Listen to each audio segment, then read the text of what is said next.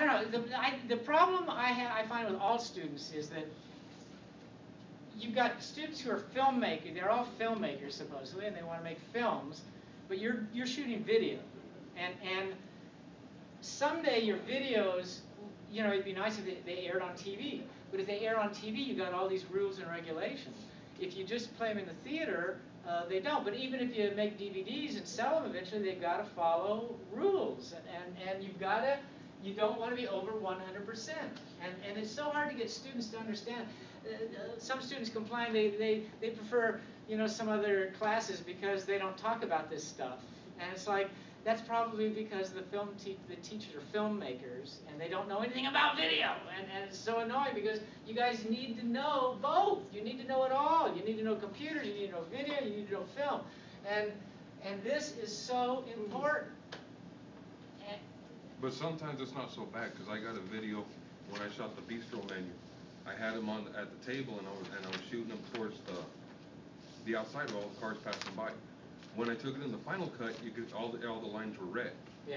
But I still burned it and everything. It really didn't make much of a difference. It doesn't make. But if let's say you wanted to air that on Channel 13. Let's just say, and so you gave it to Channel 13. Here, I got this video I want you to show, and let's say you did it professionally. Let's say you wanted you paid Channel 13 to air a commercial. Let's say it was a commercial you made, and so you go, okay, Channel 13, here's a commercial, and you know I'm going to pay you so much money to air this commercial. They take that DVD and they pop it in, and they've got waveform on our vectorscopes right there, and they pop it in and they see it way over 100%, and so they give it back to you and say, sorry, we can't air this, and then you go, what do you mean? It looked fine. It went over 100%. It's illegal. You can't air stuff that's over 100% on network TV, on broadcast TV. So, but what I'm going to show you is how to fix it. So, if you turn this on and you got all this white, red stripe, all you got to do is pop a little filter on, and it automatically makes it broadcast safe. And that's all you got to do. And then you got to render it, but it only takes very few seconds to render. But if your subject is fine, but the background is really bright, you have to use a map for it, right?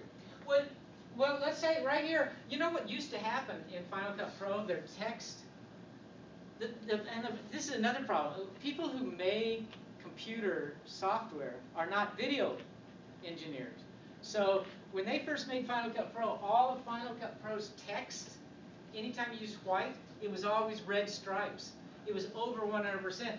Because they didn't know what 100% was. They weren't video people. So they had these the white text was always over 100%.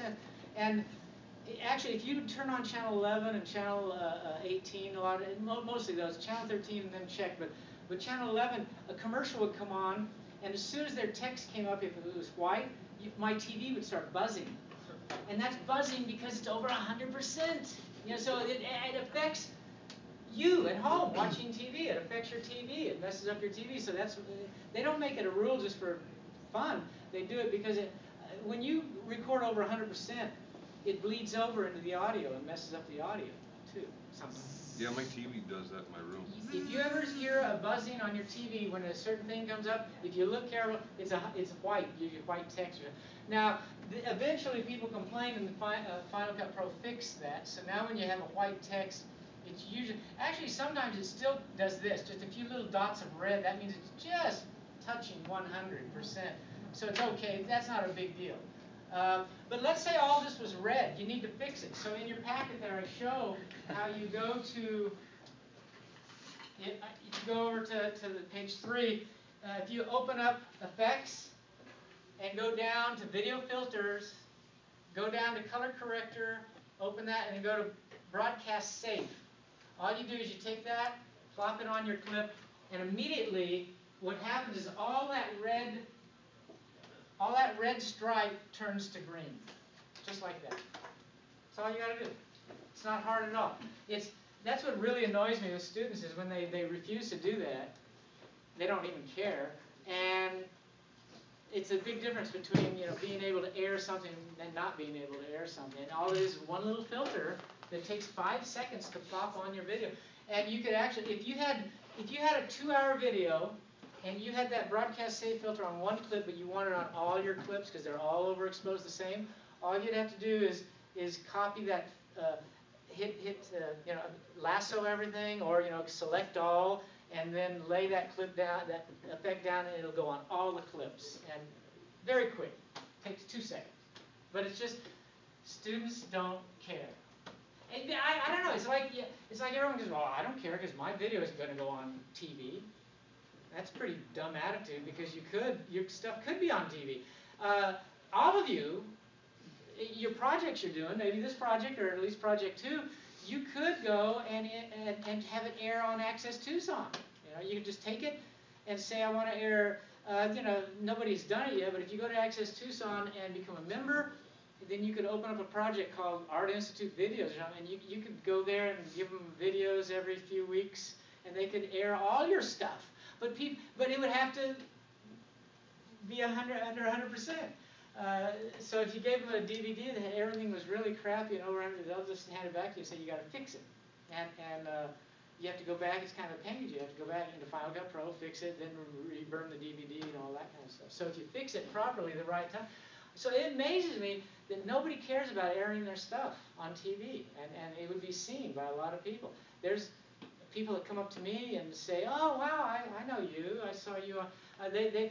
When I made my movie, they made a documentary about the making of my movie. This guy made a documentary, and it airs on Access Tucson all the time. So I was in the store a few weeks ago, and somebody said, oh, man, you made this movie. I saw you. You're a director. And I go, yes, I am. But, there's this other girl named, that has shows on Access Tucson, that her name is Bunny. Bunny. Bunny. It's called The Bunny Show. And she's real cute. Her mother is sort of a stage mother, and they all took my class at Access Tucson to learn the studio production. And they did a big show, a variety show, and it was called The Bunny Show. And she was a U of A student. She was a high school student when she took my class. Then she went to the U of A, and so she hosted this big show, and real popular. Sometimes I go around town, I have an Access Tucson shirt on, and somebody will go, oh man, you're at Access Tucson? And I go, yeah. Do you know Bunny? Yeah, I know Bunny. Oh man, I love her show. So I mean, TV is people watch it. So you guys could do that, but nobody's interested in doing it. It's like, my videos aren't good enough, or they're crappy, or something. You're crazy. But if you think someday something you do might go on TV, you've got to do this. And if you don't, you're not professional. And so if you go try to get a job at a production house after you graduate or something, and you give them a DVD of the stuff you've done, and they pop the DVD in, and let's just say, I don't know, most production houses, the player or whatever would probably be hooked up to a monitor with a waveform on or a vectorscope, and they pop that in, and they see everything's way over 100%. They go, this person's an amateur. They don't know what they're doing. If they don't know this stuff, I don't want to hire them. So I mean, learn this stuff. So that's so easy. A broadcast safe filter would fix it. Okay, now if you go over to the next page, underexposed. So that was overexposed video. Now underexposed video. And I'm going to give you a clip. You guys, unfortunately, I'll have to come up with your flash drive, your hard drive, and you're going to have to copy a clip off the desktops. It's called Lots of Bad Shots, and it's got dark video, bright video, and bad color video, and you got to fix them for next week. That's your homework assignment for next week. So,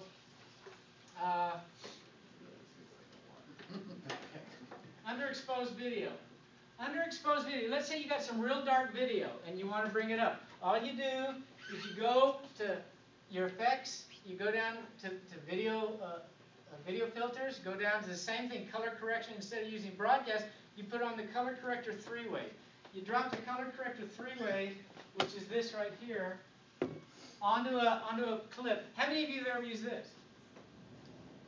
Okay, so that's real important. So you drop that on, and then all you do, if it's underexposed, you go like this. This is white. So you drag this a little up, and then you may bring up the mids a little, and you may bring up the blacks a little. Usually you probably wouldn't mess with that, but definitely the whites and sometimes a little bit of the mids.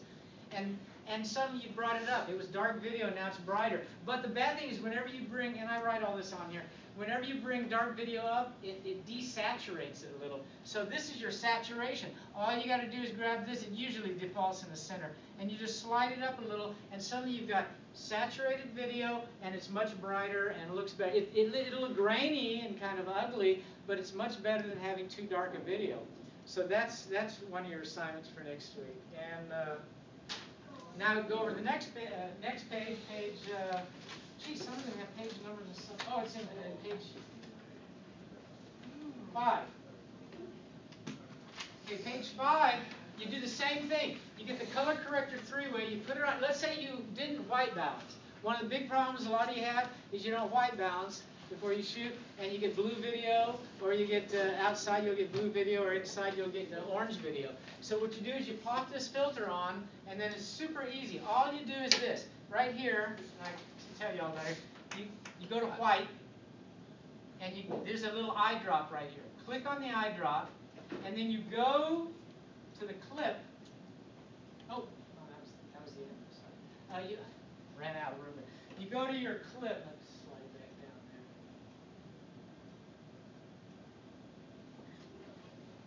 You go to your clip, and then you find something that's white. Now, obviously, that's right there. She's got some white on right here. Now, one thing I also warn you in here, this happens a lot of times, if you have your zebra stripes on, and you try to click on white, you'll click on the green zebra stripe or the red zebra stripe, and it's going to mess up your whole color white. So what you need to do whenever you need to do color correction, turn off the excess loom, and then you come here and you click on it. Now the interesting thing about Final Cut Pro and Avid and all of them, they know what's white. I don't know how they know it, but they know what was originally white. So if I, well, let's say you have a shot of me right here, and you got blue video and you want to fix it. Let's say I'm a little overexposed and this looks white. Final Cut Pro knows this isn't white, this is green. So if you get the eye drop and you come over and you click on my shirt, everything's going to look crappy. You know, it's kind of like, whoa, what happened? That's because Final Cut Pro knows this isn't white. So you can't just click on something that's bright. You got to click on something that's really white. And if you don't have anything that's white in the shot, you go to the mids. You go to the mids and get the eye drop, and you find something that's middle gray, like your shirt right here, and yours is middle gray.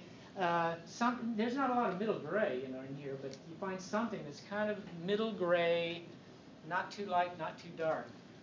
And then if you can't find anything that's gray or white, you find something that's black. So what's black right here? That's black. That's black.